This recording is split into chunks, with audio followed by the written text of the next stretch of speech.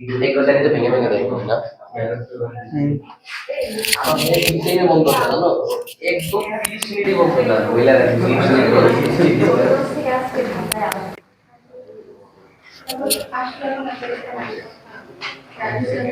নিব।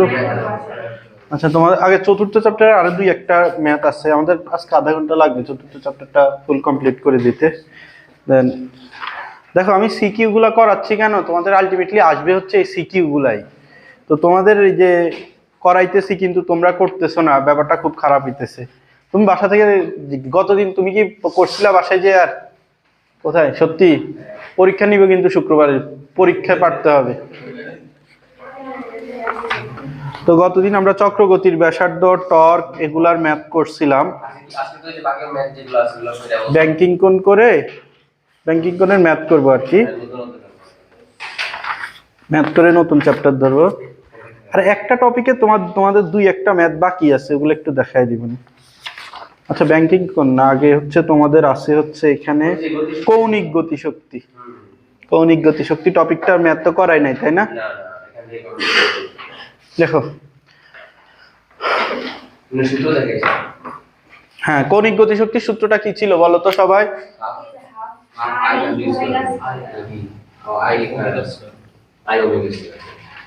গতিশক্তি ই কে সমান কি ছিল? দেখো, নরমালি রৈখিক গতিশক্তির সূত্রটা কি? ই কে সমান হাফ এম ভি স্কয়ার। তা আমরা কি বলছিলাম বলতো, এফটাকে কি দিয়ে রিপ্লেস করব? আই দিয়ে রিপ্লেস করব, আর ভিটাকে ওমেগা দিয়ে রিপ্লেস করব। বুঝতেছো? তো চলো বাকি ম্যাথগুলো করার ট্রাই করি। এখানে খেয়াল করো, ই কে তো আমরা পাইছি, এবার চলো আমরা ম্যাথ করি। সবাই 13 নাম্বার পেজে যাও, 13 নাম্বার পেজে যাও সবাই। এখানে খেয়াল করো, এখানে কি বলছে, চিত্র 1-এর 2.5 কেজি ভরের এবং 20 সেন্টিমিটার ব্যাসের একটি নিরেট সিলিন্ডার 120 আরপিএম এ অক্ষের সাথে আবর্তন করতেছে। দেখো, তোমার এই যে এরকম একটা সিলিন্ডার আর কি, সিলিন্ডারটা অক্ষের সাথে আবর্তন করতেছে, বুঝতে পারছো? ধরো এই যে এইটা যদি একটা সিলিন্ডার হয়, সিলিন্ডারটা কিভাবে ঘুরতেছে? এই যে এইভাবে ঘুরতেছে। এটা কি নিজের অক্ষ যদি এই যে এটা হয়, তাহলে এই অক্ষের সাথে কিভাবে ঘুরতেছে? এইভাবে ঘুরতেছে। বলতো সিলিন্ডার যদি নিজের অক্ষের সাপেক্ষে ঘুরে, তাহলে জড়তার ভ্রামকের সূত্র কত? Half M R square. তো এবার দেখো, তোমাকে কোশ্চেনে কি বলছে, সিলিন্ডারটিকে গলিয়ে চিত্র 2-এর ন্যায় 250 সেন্টিমিটার দৈর্ঘ্য বিশিষ্ট একটি সুষম দণ্ডে পরিণত করো। এই সিলিন্ডারটাকে তুমি গলাইছো, গলায় 250 সেন্টিমিটার দৈর্ঘ্য বিশিষ্ট একটা দণ্ডে পরিণত করছো। তাহলে বলো ভর কি চেঞ্জ হবে? এই যে তোমাকে অক্ষটা এই যে এটা দেওয়া আছে, তো দণ্ডে পরিণত করা হলো, এবং যা 100 আরপিএম এ ঘুরতেছে। এটা কত আরপিএম এ ঘুরতেছে? 100 আরপিএম এ। আর এইটা ঘুরতেছিল হচ্ছে 120 আরপিএম এ। বুঝতে পারছো? এরপরে তোমাকে ভরটা দেখো, ভর হচ্ছে 2.5 কেজি, এম ইকুয়াল 2.5 কেজি, আর এইটার এম ইকুয়াল দেওয়া আছে। আচ্ছা, এইটা 2.5 কেজি হলে এটা 2.5 কেজি হবে না? যেহেতু এটা গলা এটা তৈরি করা হয়েছে, তাহলে এটাও কত? 2.5 কেজি। তাহলে কোশ্চেনে দেখো, কোন বস্তুর ঘূর্ণন থামানো কঠিন হবে? হ্যাঁ, তো এখানে একটা জিনিস খেয়াল করবা, নরমালি আমরা ঘূর্ণনের ব্যাপারগুলা কিসের মাধ্যমে এক্সপ্লেইন করি? জড়তার ভ্রামকের মাধ্যমে। কাকে ঘুরানো কত কঠিন, ঘূর্ণন অবস্থায় থামানো কত কঠিন, এটা আমরা কিসের মাধ্যমে এক্সপ্লেইন করা যায়? জড়তার ভ্রামক। জড়তার ভ্রামকই তো এটার ইন্ডিকেটর ছিল যে কাকে ঘুরানো কত কঠিন, তাই না? এখন তুমি চিন্তা করো, যদি তোমার কোশ্চেনে আরপিএম দেওয়া থাকে, মানে ঘূর্ণন ভেলোসিটিটা দেওয়া থাকে, তাহলে এই ক্ষেত্রে গতিশক্তি দিয়ে তোমাকে এক্সপ্লেইন করতে হবে। কারণ চিন্তা করো, একটা জিনিসকে তো তুমি ঘুরাইতেছো, ঘুরানো কত কঠিন এটা জড়তার ভ্রামক দিয়ে পারো, কিন্তু একটা নির্দিষ্ট বেগে যখন তুমি ঘুরাবা, তখন ওই বেগটা ইনক্লুড করতে হবে না। তোমার আস্তে ঘুরাচ্ছ না জোরে ঘুরাচ্ছ, আস্তে ঘুরানো দেখা যাচ্ছে কম কঠিন, জোরে ঘুরানো বেশি কঠিন, তাই না? তো তোমাকে যখন কৌণিক ভেলোসিটিটা দেওয়া থাকবে, তখন তোমাকে গতিশক্তি দিয়ে এক্সপ্লেইন করতে হবে। তো এটার ক্ষেত্রে খেয়াল করো, প্রথম ক্ষেত্রে সিলিন্ডারের ক্ষেত্রে, সিলিন্ডার, তাহলে ই কে সমান কি লিখবো বলো তো? Half I omega square. বলো, সিলিন্ডারের ক্ষেত্রে আইটা কত? Half M R square. আর ওমেগা সমান কি ছিল, এই যে তোমার আরপিএম কে তোমার ওমেগাতে কিভাবে নেয়, ওমেগা রেডিয়ান পার সেকেন্ডে কিভাবে নেয়, আরপিএম। তাহলে এটার সাথে 2π/60 গুণ দিলে এটা ইসে চলে যায় ও রেডিয়ান পার সেকেন্ডে, রেডিয়ান পার সেকেন্ড, বুঝতে পারছো? তাহলে এটার সাথে 2π/60 গুণ 120 হোল স্কয়ার। কালকে বলছিলাম এগুলা, ভিডিওগুলা দেখিও তোমরা, ভিডিও হচ্ছে দেখো তো। আচ্ছা ঠিক আছে, তো এটা কত আসে বের করো। আচ্ছা হাফ ইন্টু হাফ, এম কত দেওয়া আছে 2.5, আর আর কত দেওয়া আছে ব্যাসার্ধ, আচ্ছা 20 সেন্টিমিটার ব্যাস দেওয়া আছে, তার মানে ব্যাসার্ধ হচ্ছে 0.1 স্কয়ার গুণ 2π/60 গুণ 120 হোল স্কয়ার। দেখো তো কত আসে, 0.98। এটা তো কম আসবে না, এত কম আসার তো কথা না। এখানে স্কয়ার দিছো, হ্যাঁ ঠিক আছে 0.98, 0.987 জুল। কারো কি এটাই সমস্যা আছে, বুঝছো এটা? আচ্ছা এবার আসো তোমার এই যে দণ্ডের ক্ষেত্রে, আচ্ছা দণ্ডের ক্ষেত্রে এই কে সমান কি আসবে বলতো, হাফ আই ওমেগা স্কয়ার। আচ্ছা বলতো এই দণ্ডের ক্ষেত্রে এই কে সূত্রটা কত, এখান থেকে এটার ক্ষেত্রে 1/3, এই যে দেখো এই যে দণ্ড, এই যে 1/3 ml স্কয়ার, বুঝতে পারছো? আচ্ছা ওমেগাটা এই ক্ষেত্রে কত দেওয়া, 100 আরপিএম, তাহলে 1/2 গুণ 1/3 গুণ 2.5, এল হচ্ছে দেখো 250 সেন্টিমিটার বলছে না, 2.5 স্কয়ার গুণ 2π/60 100 হোল স্কয়ার। দেখো এটা কত আসে,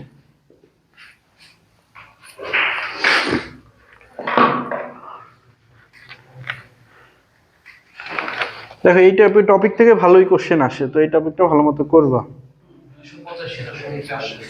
285.47 বলো কোনটাকে থামানো তাহলে কঠিন হবে, বলো তো কোনটা, এটা থামানো কঠিন হবে না এটা থামানো কঠিন হবে, নিচেরটা হবে না, কারণ গতিশক্তি এর বেশি, বুঝতে পারছো? তুমি বুঝছো?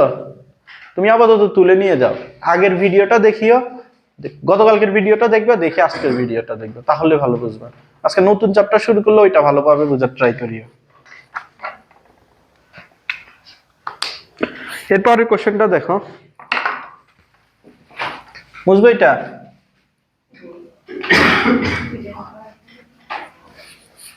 এটা জড়তার ভ্রামক ছিল, এখানে আছে জড়তার ভ্রামক বের করতে বলছে, এখানে অন্য জিনিস বের করতে বলছে,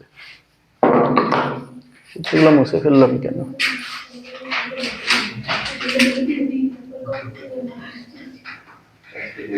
এটা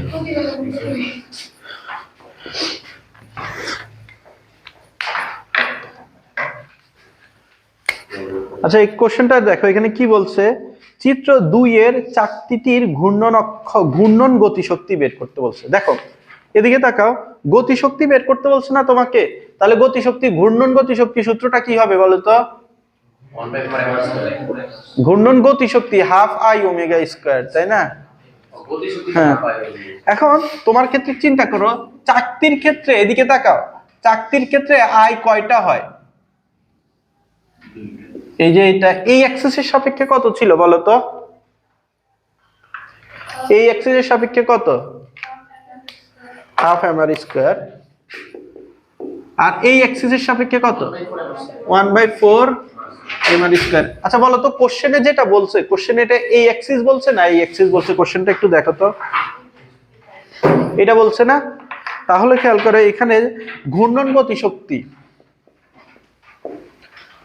ই কে সমান half I omega square, half I সমান 1/4 mr স্কয়ার ওমেগা স্কয়ার। কত ভেলোসিটিতে ঘুরতেছে এটা বলো তো, 4 রেডিয়ান পার সেকেন্ডে।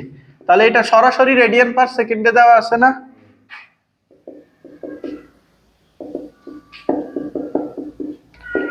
কারো কি সমস্যা আছে এটাই? আচ্ছা এই টাইপের ম্যাথ পরীক্ষা আসলে পারবা? ইজি না ম্যাথগুলা, কিন্তু পরীক্ষা কিন্তু মেলা আসে, মানে অনেক আসে।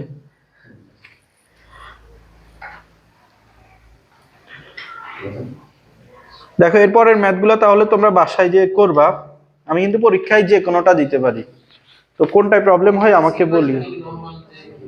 সিকিউ আসবে ভাই, সিকিউ।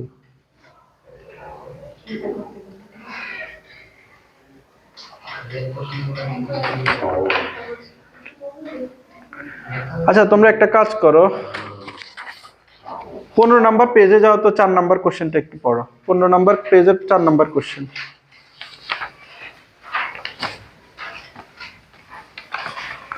দেখো এখানে কি বলছে, 10 মিটার উঁচু ও 5 কেজি ভরের একটি নিরেট গোলক একটি নদী তলে গড়াতে গড়াতে ভূমিতে এসে পড়ে।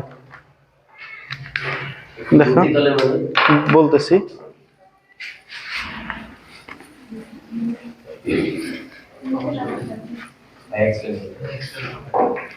দেখো এই একটা তল আছে, নদী তল মানে হচ্ছে আনুভূমিক তল আর কি। তো এখানে কি বলছে যে তোমার 10 মিটার উঁচু, এটা হাইটটা কত বলো তো, 10 মিটার। 10 মিটার উঁচু ও 5 কেজি উঁচু হতে 5 কেজি ভরের একটি গোলক, ধরো এখানে একটা গোলক আছে, এটা কি বলো তো, গোলক, নিরেট গোলক। তো নিরেট গোলকের ক্ষেত্রে আই এর সূত্রটা কি বলো তো, 2/5 mr স্কয়ার।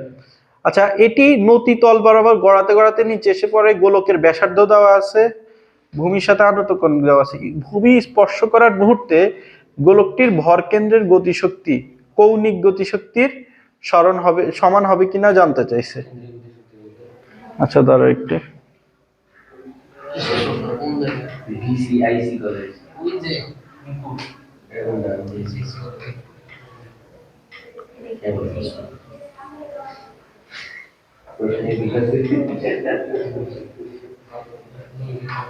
একটু কথা বলি না।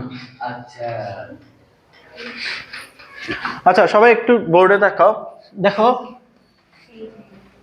একটু দেখো, আমরা এর আগের চ্যাপ্টার গুলাই নর্মালি যখন একটা নদী তল বরাবর একটা বস্তু যখন পড়তো, এটা কিভাবে চিন্তা করতাম।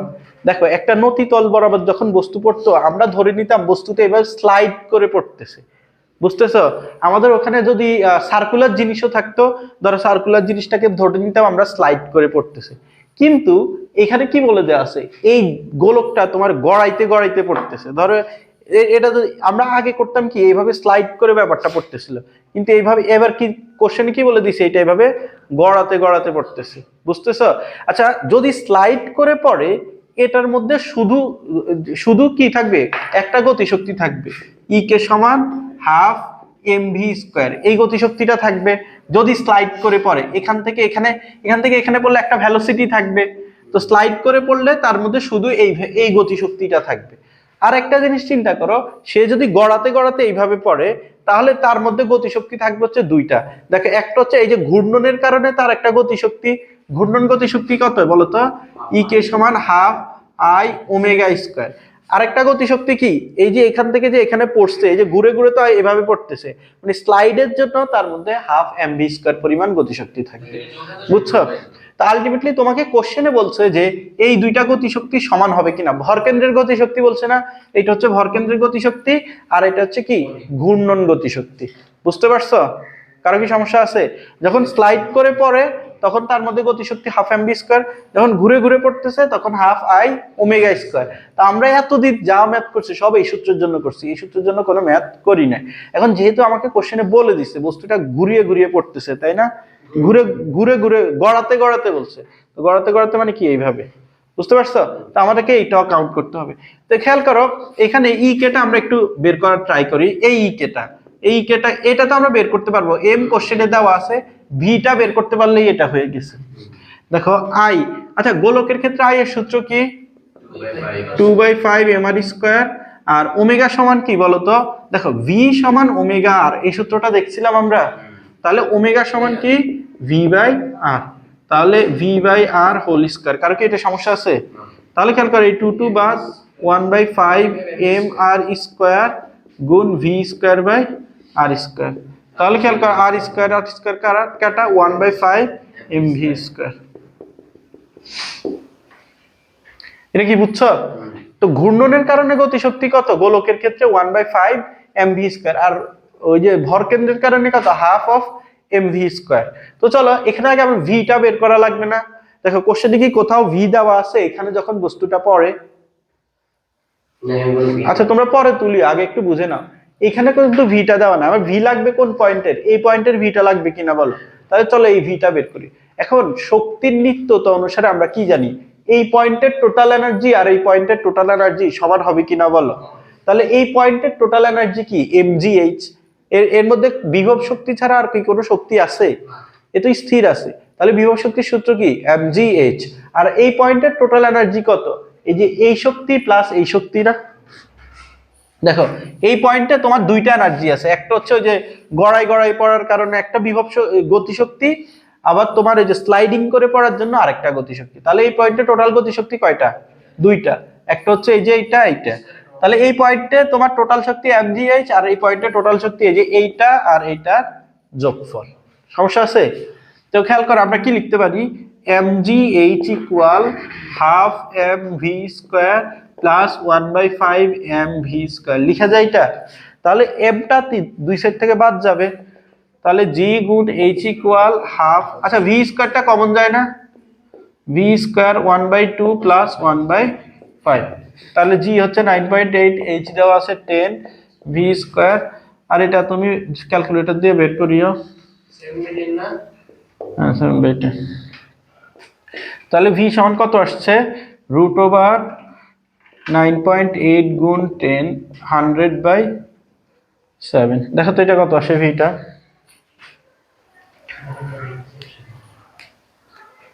কারো কি সমস্যা আছে এটাই? 11.83 মিটার পার সেকেন্ড। তাহলে খেয়াল করো এখানে কি কি বের করতে বলছে, যে ভর কেন্দ্রের গতিশক্তি। তাহলে ভর কেন্দ্রের গতিশক্তি কি,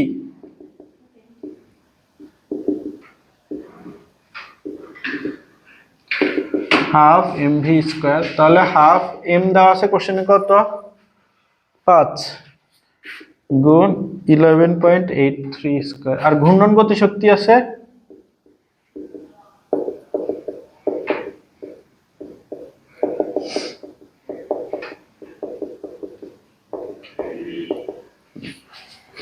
শেষ। কারো প্রবলেম থাকলে বলো।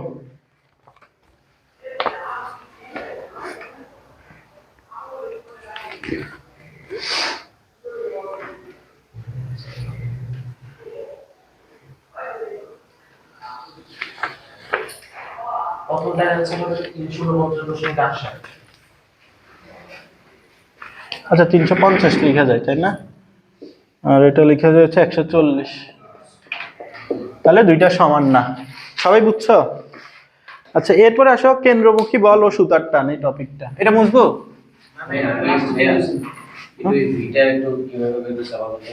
দেখো তোমার এই পয়েন্টে টোটাল শক্তি আর এই পয়েন্টে টোটাল শক্তি সেম হবে। এই পয়েন্টে টোটাল শক্তি কি, শুধু বিভব শক্তি আছে। এই পয়েন্টে কোনো বিভব শক্তি আছে, শুধু গতিশক্তি। এখানে কয়টা গতিশক্তি আছে, একটা হচ্ছে ভরকেন্দ্রের গতিশক্তি, আর একটা হচ্ছে ঘূর্ণনের কারণে। তো ভরকেন্দ্রের বা স্লাইডিং এর কারণে হচ্ছে হাফ mv স্কয়ার, আর ঘূর্ণনের কারণে হচ্ছে হ্যাঁ, তো এই সেটা বিভব শক্তি এটা, আর নিচে হচ্ছে গতিশক্তি এটা।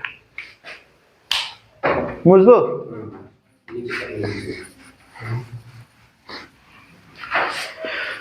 আচ্ছা কেন্দ্রমুখী বল এই থিওরিটা তো তোমাদের বলছিলাম, আরেকবার একটু 2 মিনিটে এক্সপ্লেইন করে দিই, সবাই একটু দেখো। একটা জিনিস যখন বৃত্তাকার পথে ঘুরতো, দেখো ধরো একটা বস্তুকে তোমরা বৃত্তাকার পথে কয়ভাবে ঘুরাইতে পারো। দেখো এই যে এইভাবে ঘুরাইতে পারো একটা, দেখো একটা হচ্ছে এই যে এইভাবে ঘুরাইতে পারো, আরেকটা কি এই যে এইভাবে ঘুরাইতে পারো, মানে এইভাবে। তা চার্জারের তার থাকলে ভালো হইতো একটা, আচ্ছা প্যারা নাই। তো একটা বস্তুকে কি এই যে এইভাবে ঘুরাইতে পারো, আরেকটা হচ্ছে এই যে এইভাবে ঘুরাইতে পারো। যদি এইভাবে ঘুরাও তাহলে এটা কিভাবে ঘুরবে, এই সার্কেলে ঘুরবে, আর এইভাবে ঘুরাইলে কি এই সার্কেলে ঘুরবে না। তো খেয়াল করো যখন তুমি ধরো এই যে এইভাবে ঘুরাচ্ছ, এটা কিভাবে বলো তো, এই যে এইভাবে এইভাবে ঘুরাইলে অলওয়েজ সার্কেলের বাহিরের দিকে কি কাজ করবে বলো তো, mv স্কয়ার বাই r। এটা মনে রাখবা, তুমি যেভাবেই ঘুরাও সার্কেলের বাহিরের দিকে, একটু বোর্ডে তাকাও, সার্কেলের বাহিরের দিকে অলওয়েজ কি করবে, mv স্কয়ার বাই r। ধরো এখান থেকে একটা বস্তুকে ধরো একটা রশি দিয়েই তো টানতেছো, ঘুরাইতেছো, তো রশির মধ্যে একটা টান বল কাজ করবে, আর mgটা কোন দিকে কাজ করবে, অলওয়েজ mgটা নিচের দিকে কাজ করবে না। তাহলে টি সমান দেখো এমজি এর এই যে টি আর এমভি স্কয়ার বাই আর এর উপর কি এমজি এর কোনো প্রভাব আছে? তাহলে টি সমান কি লেখা যায়? এমভি স্কয়ার বাই আর। এটা কি বুঝছো? এটা হচ্ছে আনুভূমিক তলে ঘোরানোর ক্ষেত্রে।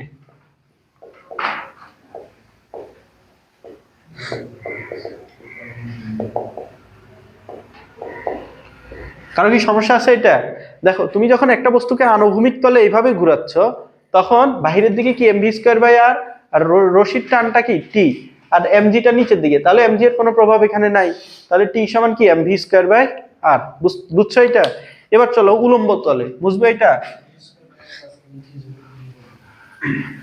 দেখো উলম্ব তলের ক্ষেত্রে কি হয়,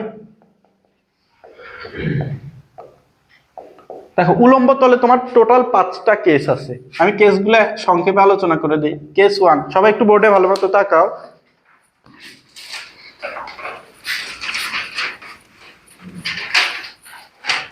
পাঁচটা কেস কি কি ছিল? কেস 1, ধরো এটাকে এবার কিভাবে ঘুরাচ্ছ বলো তো? তুমি বোর্ডে তাকাও, বোর্ডে তাকাও ভাই। এটাকে তুমি কিভাবে ঘুরাচ্ছ? এইভাবে ঘুরাচ্ছ না? তো এইভাবে যদি ঘুরাও তাহলে আলটিমেটলি এটা এই যে এইভাবে ঘুরতেছে, তাই না? বেশি বড় হয়ে গেছে, এটা এইভাবে ঘুরতেছে, বুঝতেছো? এখন বস্তুটা এইখানে থাকতে পারে, এইখানে থাকতে পারে, এইখানে থাকতে পারে, এইখানে থাকতে পারে, এইখানে। এই 5টা কেস পসিবল, বুঝতে পারছো? কেস 1 হচ্ছে আমরা এখানে চিন্তা করি, চলো। তো কেস 1 এর ক্ষেত্রে দেখো এটাকে ধরো রশি রশি দিয়ে এই করতেছে, বলো তো এমভি স্কয়ার বাই আরটা কোন দিকে কাজ করবে? বাহিরের দিকে, একেবারে তোমার সার্কেলের বাহিরের দিকে অলওয়েজ। আর এমজিটা কোন দিকে কাজ করবে? একেবারে নিচের দিকে, হচ্ছে এমজি। আর টানটা কি উপরের দিকে। তাহলে টি সমান কি লিখা যায়? উপরের ফোর্স আর নিচের ফোর্স সমান হবে MG plus MV square by R. কারো কি সমস্যা আছে? আচ্ছা এটা হচ্ছে কেস 1, লিখছো এটা? এরপরে আসো কেস 2। কেস 2 তে কি হয়, ধরো বস্তুটা আছে হচ্ছে এইখানে, এই যে এই অ্যাঙ্গেল হচ্ছে তোমার থিটা, বুঝতেছো? বস্তুটা হচ্ছে এই যে এইটা, তো নিচে এমজিটা কি অলওয়েজ নিচের দিকে না? আর এমভি স্কয়ার বাই আরটা কোন দিকে? বাহিরের দিকে, এই যে এই বরাবর, বুঝতে পারছো? আর এইটা যদি অ্যাঙ্গেল থিটা হয়, এই অ্যাঙ্গেল কি হবে? থিটা হবে। এটা থিটা হলে এটা থিটা। আর টান বলটা কি কাজ করবে? এই যে রশি, এগুলো তো তোমাদের পড়াইছিলাম, তাই না? টান বলটা কোন দিকে কাজ করবে? এইদিকে। আচ্ছা এবার খেয়াল করো এমজি এর কয়টা উপাংশ? 2টা। এই বরাবর উপাংশটা কি? MG cos theta. দেখো অ্যাঙ্গেলটা এমজি এর সাথে থিটাটাই দিকে, আর এই বরাবর কি কাজ করবে? MG side theta. এখন বলো এই ফোর্স আর এই ফোর্স সমান হবে, এদিকের ফোর্স আর এদিকের ফোর্স কি হবে? সমান হবে। তাহলে টি ইকুয়াল কি লেখা যায়? MV square by R plus MG cos theta. কারো কি এটা প্রবলেম আছে? দেখো তোমার এমজিটা কই কাজ করতেছে? নিচের দিকে। তাহলে এমজি কস থিটা কি এই বরাবর কাজ করবে? দেখো যার সাথে থিটা তার সাথে কস কস আসবে, তাহলে এমজি কস থিটা এই বরাবর। আর এমভি স্কয়ার বাই আরটা কি অলওয়েজ সার্কেলের বাহির বরাবর। তাহলে খেয়াল করো, আর এবার দেখো টান বলটা তো রশির মধ্যে কাজ করবে, তাহলে এই দিকের ফোর্স আর এই দিকের ফোর্স সমান হবে। এইদিকে কি ফোর্স কাজ করতেছে? টান বলটি। আর এইদিকে কি ফোর্স কাজ করছে? এইটা আর এইটা, বুঝছো? এই যে এই লাইন বরাবর কোন ফোর্স কাজ করতেছে? এইটা আর এটা কাজ করতেছে না? তাহলে এই টি ইকুয়াল এইটা প্লাস এইটা হবে। এটা হচ্ছে কেস 2 গেল। এবার আসো কেস 3।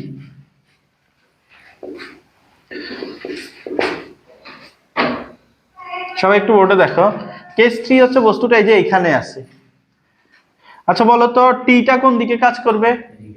এই যে এটা। এমভি স্কয়ার বাই আরটা এই যে এটা। আর এমজিটা কোন দিকে কাজ করবে? অলওয়েজ নিচের দিকে। এখন বলো এমজি এর কি কোনো প্রভাব এই দুইটার মধ্যে আছে? তাহলে টি ইকুয়াল কি লেখা যায় এটার ক্ষেত্রে? এমভি স্কয়ার বাই আর, ওই যে ওইটার মতো আর কি। সমস্যা আছে কারো? এরপরে আসো কেস 4। দেখো কেস 4 কি হচ্ছে, বস্তুটাকে আমরা চিন্তা করতেছি এই যে এইখানে।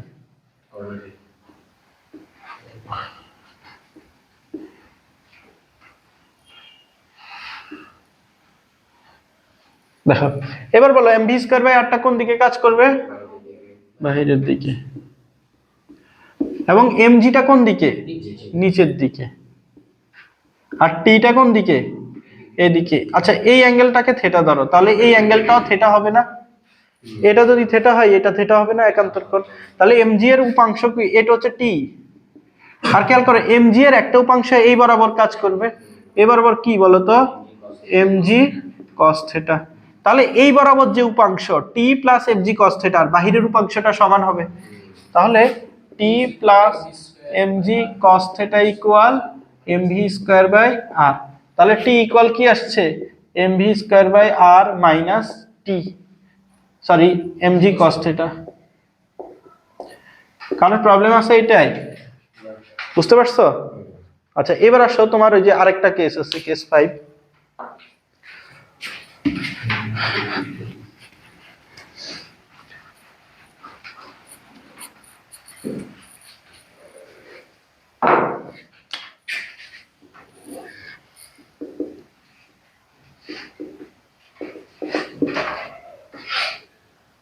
ধরো বস্তুটা আছে হচ্ছে এইখানে একেবারে উপরে।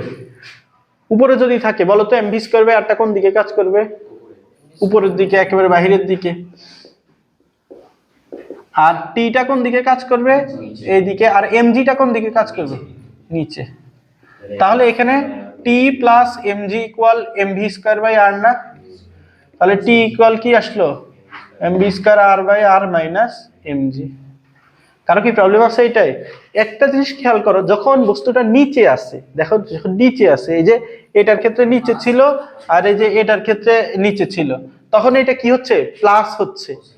তাহলে এই যে প্লাস হচ্ছে, আর যখন উপরে উঠে যাচ্ছে তখন দেখো নেগেটিভ আসতেছে।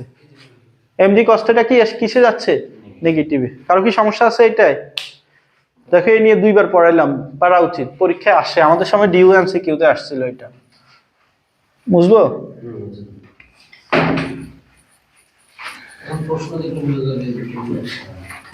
কোশ্চেন ইজি আসে।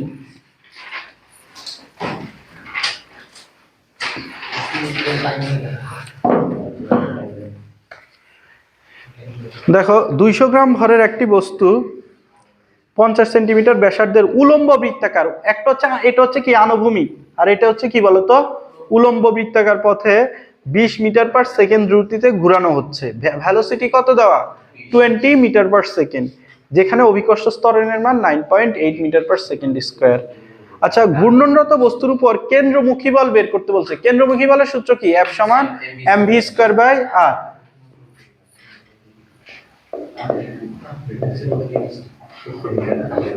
এটা কি কেমিস্ট্রিতে পড়ছিলা?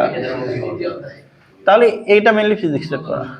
এম কত বলো তো? 200 গ্রাম, 0.2, ভিটা কত আছে? 20 স্কয়ার, আর কোশ্চেনে আরটা কত দেওয়া? 0.5। কারো কি সমস্যা আছে এটাই?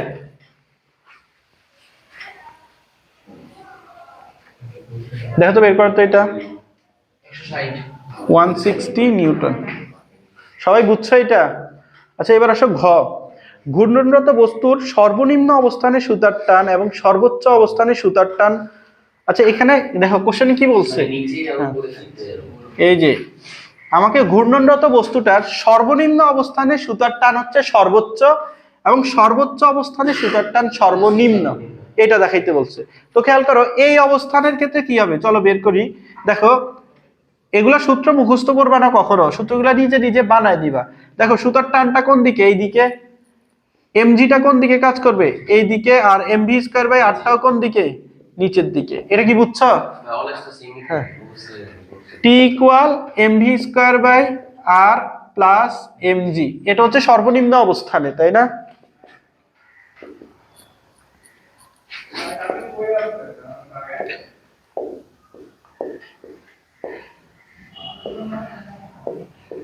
তাহলে টি ইকুয়াল এম কত দেওয়া?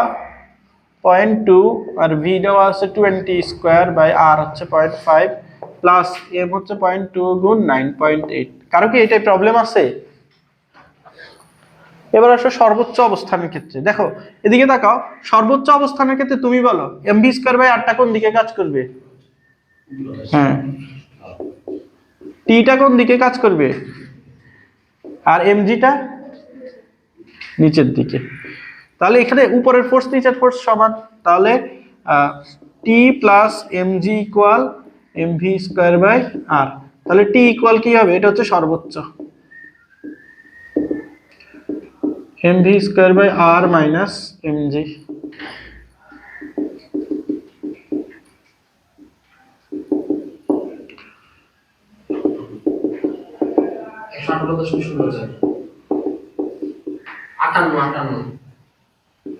এটা কত আসছিল?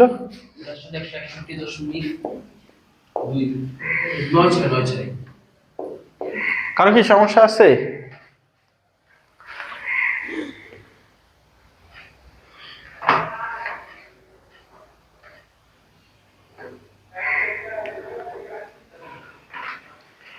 এরপরের ম্যাথগুলো, হ্যাঁ হ্যাঁ, এরপরের ম্যাথগুলো করিও আমরা। চলো এবার ব্যাংকিং কোন করব? রাস্তার ব্যাংকিং।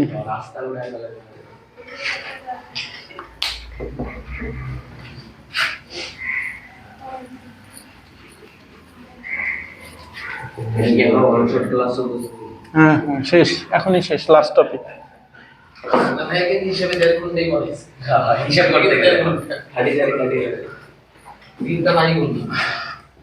তোমরা রেগুলার ক্লাস করলে তো আমার কালকে শেষ হয়ে যেত। তোমরা ক্লাস করো না, এখন আমার কি করতাম বলো? এটা হচ্ছে একটা রাস্তা। রাস্তাটা কি হয় যদি তোমার বাঁক হয় আর কি, তাহলে রাস্তাটাকে আমরা কি করি বলতো? একটু উঁচু করে দেই। কেন উঁচু করি এগুলো আগে আলোচনা করছিলাম, আমরা এখন ওগুলাতে যাব না, আমরা জাস্ট সূত্রটা লিখবো। দেখো রাস্তাটাকে আমরা একটু উঁচু করে দিলাম কিসের জন্য? ওই যে কেন্দ্রমুখী বলটা ক্রিয়েট করার জন্য। তাহলে এই থেটাটা কি হয়? tan theta equal V square by R G. মনে আছে তোমাদের? আরেকটা ছিল, দেখো এটা যদি থেটা হয়, এটা হচ্ছে ডি, এটাকে ধরো, আচ্ছা এটা হচ্ছে ডি, এটা হচ্ছে এইচ। এই যে হাইটটা ডি, এই রাস্তার প্রশস্ততা, রাস্তা কতটুকু প্রশস্ত, এই যে এই ডি পরিমাণ, বুঝতেছ? এইচটা কি ছিল? এক প্রান্ত হতে অপর প্রান্তের উচ্চতা।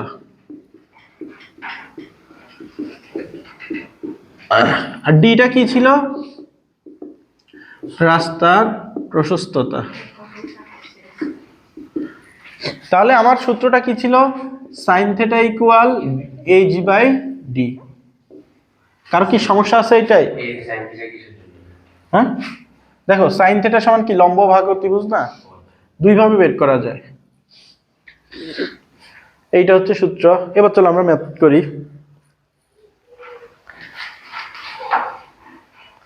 আচ্ছা আরেকটা ছিল, এটা তো যদি রাস্তার মধ্যে ই থাকে আর কি, ধরো ব্যাংকিং কোণ থাকে, তাহলে হচ্ছে এইটা সূত্র। আরেকটা ছিল রাস্তার মধ্যে ধরো কোনো ব্যাংকিং কোণ নাই, ধরো এই রাস্তা, বুঝতেছো? তো গাড়িটা যদি এই পথ বরাবর যায়, তাহলে বাহিরের দিকে কোন ফোর্স অনুভব করবে বলো তো? এমভি স্কয়ার বাই আর, বৃত্তাকার পথ যেহেতু। এবার খেয়াল করো, তার গতি যেদিকে, ঘর্ষণটা তার বিপরীত দিকে কাজ করবে। তাহলে এই দিকে কি কাজ করবে বলো তো? এফ কে কাজ করবে, বুঝতেছো? এফ কে সমান কি ছিল? মিউ ইন্টু আর। এখানে আর সমান কি? এমজি। তাহলে তুমি এখানে মিউ এমজি ইকুয়াল কি? এমভি স্কয়ার বাই আর বলতে পারো। তাহলে এখান থেকে ভি সমান কি? রুট ওভার মিউ জি আর, এম এম ভাগ, ঠিক আছে। তাহলে এই সূত্রটা মনে রাখবা। এটা কি বলতো? ঘর্ষণের ক্ষেত্রে। আর সমান এমজি না? দেখো এটা তো এদিকে সরল পথে আছে, উপর দিকে আর নিচের দিকে কি কাজ করতেছে? বুঝছো? এটা যা যা সূত্র তিনটা মনে রাখবা, তাহলেই দুনিয়ার সব ম্যাথ করা যাবে।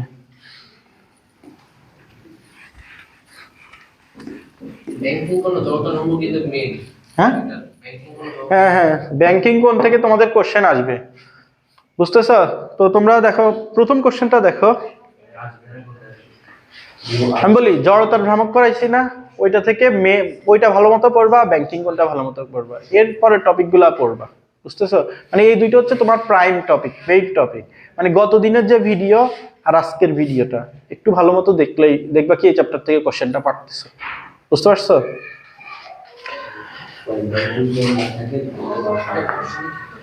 দেখো কি বলছে, 8 মিটার প্রশস্ত এবং 50 মিটার ব্যাসার্ধ বিশিষ্ট একটি ব্যাংকিং কোণ যুক্ত বাঁকা রাস্তায় বাঁকা পথে একটি গাড়ি 25 কিলোমিটার/আওয়ার বেগে চলে নিরাপদ বাঁক নিতে পারে। আচ্ছা, রাস্তার ব্যাংকিং উচ্চতা নির্ণয় করতে বলছে, বুঝতেছো? মানে হাইটটা নির্ণয় করতে বলছে। এই যে তোমার এই এইচটা বের করতে বলছে।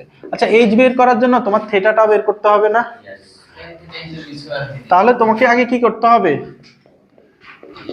tan theta equal V square by R G. ভিটা কোশ্চেনে কত দেওয়া বলো তো? 25 কিলোমিটার/আওয়ার।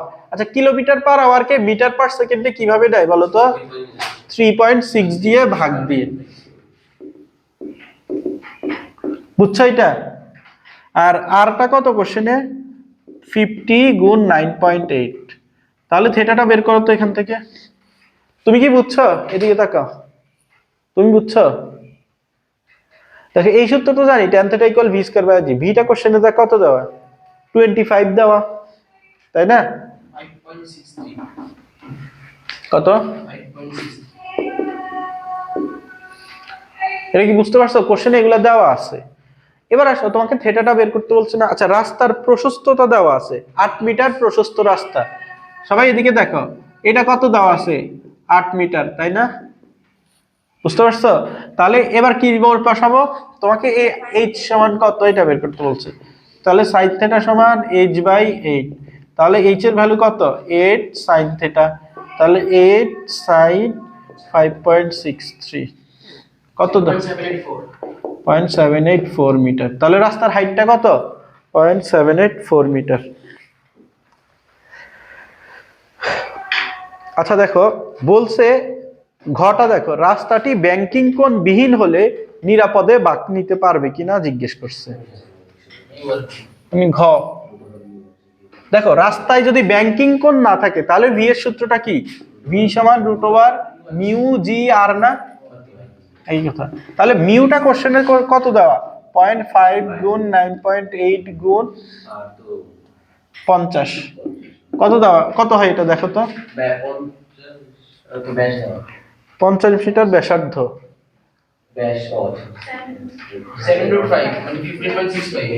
15.65 মিটার।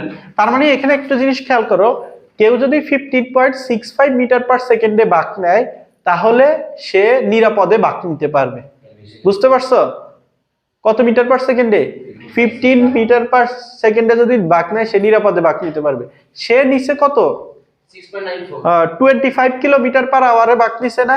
তাহলে তার ক্ষেত্রে কত? ভি কার কত ছিল? 25 কিলোমিটার/আওয়ার। তাহলে 25/3.6 মিটার/সেকেন্ড কত আসে?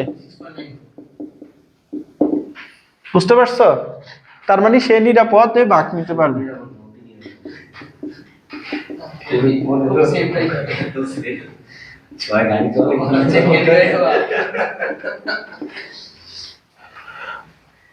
কারো সমস্যা আছে এটাই? তো চলো আরেকটা ম্যাথ করি।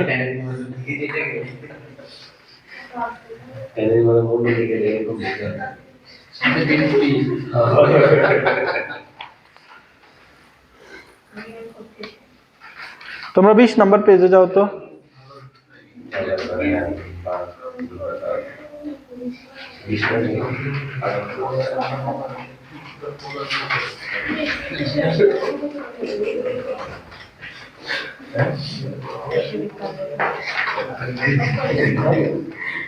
আচ্চ্ছা দেখো, এই যে দেখো ম্যাপটা অনেকবার আসছে। দেখো কোশ্চেন কি বলছে, যে 60 কিলোমিটার/আওয়ার গতিবেগ সম্পন্ন একটি ট্রেন 656 মিটার ব্যাসের একটি রেল লাইনের বাঁক নেওয়ার সময় বগি সহ উল্টে যায়। শুনে ঝামেলা হয়ে গেছে, তাই না? দেখো, বগি সহ উল্টে যায়। তো তোমার গাড়িটার ভেলোসিটি কত ছিল? 60 কিলোমিটার/আওয়ার। কিলোমিটার/আওয়ার কে মিটার/সেকেন্ডে কিভাবে নেয় বলো তো? 3.6 দিয়ে ভাগ দিয়ে। আচ্ছা, রাস্তার ব্যাস দেওয়া আছে কত? কথা বলি না, রাস্তার ব্যাস 656। ওই স্থানে রেল লাইন দুইটি, দেখো এখানে কি বলছে, এই যে রেল লাইন তো, এটা রেল লাইন দুইটার মধ্যবর্তী দূরত্ব দেওয়া আছে 1 মিটার। মানে এখান থেকে এখানে দূরত্ব কত 1 মিটার এবং ভেতরের পাত থেকে বাইরের পাত 7 সেন্টিমিটার উঁচু, তার মানে এটা কত হবে 0.07 মিটার না? বুঝছো? 1 মিটার হচ্ছে তোমার রেল লাইনের প্রশস্ততা, আর একটা পাত থেকে আরেকটা পাত কতটুকু উঁচু 0.07 মিটার। কোশ্চেনে দেওয়া আছে ওই স্থানে ব্যাংকিং কোণটা বের করতে বলছে। তাহলে এইটা থেটা না? এদিকে তাকাও, এটা কি থেটা কিনা বলো? তাহলে tan থেটা ইকুয়াল কি জানি, এখানে সরি এখানে হবে sin থেটা, তাই না? sin থেটা ইকুয়াল h/d, তাহলে 0.07/1, তাহলে থেটা ইকুয়াল কত 4.01 ডিগ্রি। কারো কি এটা সমস্যা আছে? এবার ঘ আসো, ঘয় কি বলছে ট্রেনটির দুর্ঘটনার কারণটা জানতে চাইছে। বুঝছো? এখন দেখো আমরা কি জানি tan theta ইকুয়াল v²/rg জানি কিনা বলো? এদিকে তাকাও, এই ভিটা কি ম্যাক্সিমাম ভেলোসিটি যেটাই সে পার হইতে পারবে। বুঝছো? এখন সে পার হইছে কত কিলোমিটার পার আওয়ারে 60 কিলোমিটার পার আওয়ারে। বুঝছো? তার মানে আগে আমরা এখান থেকে দেখব ভেলোসিটি কততে তুমি পার হইতে পারবা, আর সে কততে পার হইছে। সে যত ভেলোসিটিতে পার হইছে ওইটা যদি এটা থেকেও বেশি হয়ে যায় তাহলে সে দুর্ঘটনার কবলে পড়বে। বুঝো নাই? তার জন্য লিমিট হচ্ছে এইটা, লিমিট কি অলওয়েজ এইটা। তাহলে tan থিটা তো আমরা আগেই বের করছি 4.0², আর হচ্ছে তো দেখো এখানে ব্যাস দেওয়া আছে 656, তাহলে 656/2 গুণ 9.8। দেখো 2 কেন দিছি বলো তো? কোশ্চেনে ব্যাস দেওয়া আছে, আর কি ছিল ব্যাসার্ধ। ভিটা কত দেখো তো 15.01 মিটার পার সেকেন্ড। আচ্ছা এটা কি বলতো ভি ম্যাক্সিমাম, যে ম্যাক্সিমাম ভেলোসিটিতে সে পার হওয়ার জন্য পার হইতে পারবে, এর থেকে যদি বেশি ভেলোসিটিতে পার হয় সে দুর্ঘটনায় পড়বে। বুঝছো? তাহলে ভি ট্রেনটা কত ছিল দেখো তো 60/3.6 টা, দেখো তো এটা কত আসে 16.67। দেখো সে পার হইতে পারতো 15 মিটার পার সেকেন্ডে, সে পার হইছে কত 16.67, তাহলে এই জন্য সে দুর্ঘটনা। বুঝছো?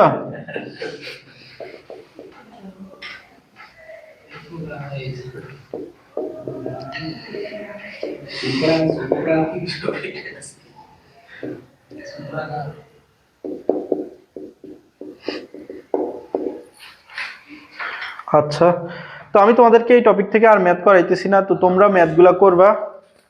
এই চ্যাপ্টার অফিসিয়ালি শেষ হলো, 1 মাস ধরে পড়াইছি তাই না, নাকি আরো বেশি? আসলে 1 মাস আরো বেশি। এই চ্যাপ্টার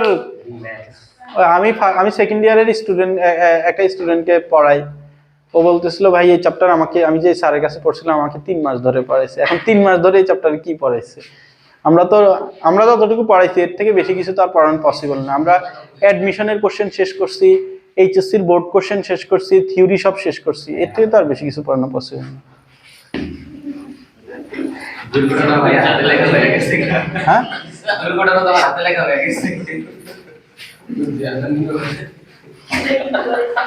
আচ্ছা তোমার লকটা একটু খুলে দাও, আমরা নতুন ভিডিও শুরু করি। কতক্ষণ লাগছে?